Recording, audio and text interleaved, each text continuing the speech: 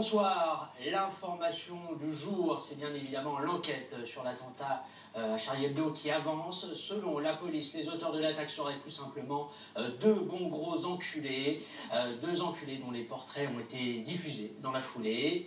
Précisons que pour l'instant, les suspects restent des gros enculés présumés.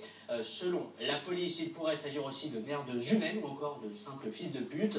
Reste une question en suspens. Les deux gros enculés présumés ont-ils agi en leur propre nom ou faisaient-ils partie d'un réseau de gros enculés? Impossible pour l'instant de le savoir. Alors que sait-on exactement sur ces deux gros enculés présumés, Pablo? Alors, ils étaient connus des services de police. L'un d'eux avait été condamné en 2002 à 4 ans de prison pour association de gros enculés, en bande organisée et incitation à commettre des actes d'enculés.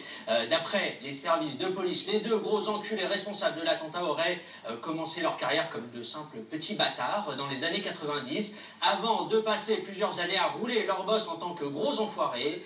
Ce n'est que relativement récemment, il y a 4 ans, qu'ils seraient devenus des bons gros enculés. Le grade, je vous le rappelle, le plus élevé dans l'échelle de la pourriture humaine. Mais comment les enquêteurs peuvent-ils savoir que les suspects sont de gros enculés?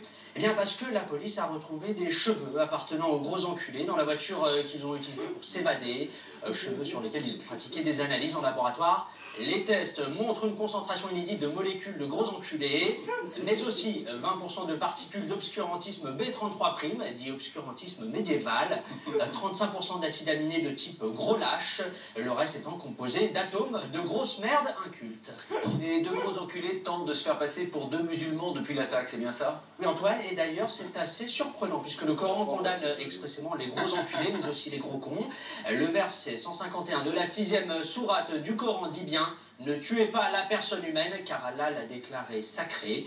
Ce qui, selon le célèbre commentateur du 9e siècle, Nadir Ben Youssef Al-Mustafa, régulièrement cité par les islamistes eux-mêmes, veut tout simplement dire « faible est celui qui choisit le chemin de l'enculerie ». Des réactions dans le monde à ces nouvelles informations?